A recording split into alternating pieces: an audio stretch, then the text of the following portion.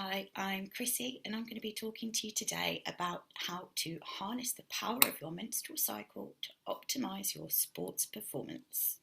So, this presentation will really briefly touch on an idealized menstrual cycle, how it impacts athletic performance. We will look at how this generic science can't be applied to all women, explaining why it's essential for you to track your own period to optimize your training plans, ongoing sports performance, and your long-term general health.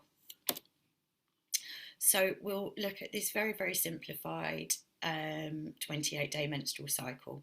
We're going to be looking at 5 different hormones today, and how they affect us during different phases of our cycle. So starting from our period, through the follicular phase, ovulation, and through the different luteal phases.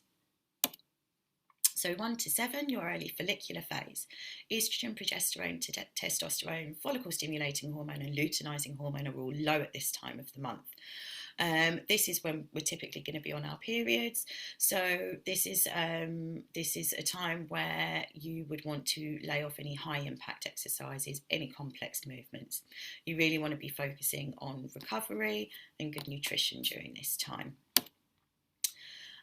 Days 7 to 14 are a really interesting stage of the period, as estrogen, luteinizing hormone, and the follicle stimulating hormone all peak. It's a time of the month where you should take advantage of your ability to train to a moderately intense level.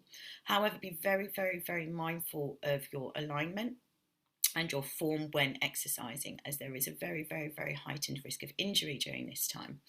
A recent paper that tracked female football players over their cycles for their cycles over 4 years found that muscle and tendon injuries occurred almost twice as often in this follicular phase, which is significant, enough to know to plan your training around this to minimise your risk of injury. So when we hit ovulation, testosterone peaks, estrogen and the other hormones start to fall. So this can impact us psychologically. We should look out for any changes to our behaviour during this time. This can be a very personal thing, and however, in terms of our strength and power training, we're primed to work to a pretty moderate to high intensity during this time. Days 15 to 21 are the golden days of our cycle, the early luteal phase. So estrogen starts to rise again and progesterone starts to increase significantly. This leaves us primed to train to a very high intensity, to our maximum strength, to complete powerful and complex exercises and tasks. The progesterone rise during this stage, however, could cause issues with fatigue and low motivation or mood, but as long as our nutrition matches the level of exertion that we're putting into our exercise at this time, we should be able to alleviate most of these symptoms. During days 21 to 28, the mid-luteal progesterone is the dominant hormone. Because this raises our core temperature, it can cause sleep issues. So again, we need to be mindful of fatigue, injury prevention as we start to approach the week before our period. We really want to be doing low intensity, high volume body weight aerobic exercises. Again, focusing on nutrition to try and alleviate some of the side effects of the heightened progesterone in our system at the moment. The late luteal is when we will be feeling the peak of our premenstrual symptoms. In terms of our exercise, this increases stress both mentally and physiologically, causing poor reaction times, poor perception of exertion. It's not a great time for, if you were a competitive athlete, this wouldn't be a great time for you to be competing. We'd really want training to be quite light, conditioning focused on recovery kind of exercises. We want to ensure that we are increasing the amount of proteins that we're taking before and post workout to alleviate or to aid our recovery.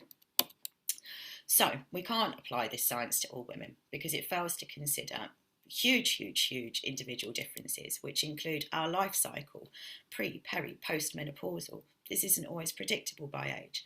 It's dependent on our own personal hormone level fluctuations and our individual sensitivity to them. It's dependent on the length of our cycles. It is dependent on which contraceptive we take or do not take, our lifestyles, and our gynecological health. We can't generically apply when there are so many different parameters that affect women or people who menstruate. These are just some of the 150, this isn't even a typo, there's a reference slide at the end of this presentation, 150 PMS symptoms that we all experience or may experience from month to month, from woman to woman. This can all change.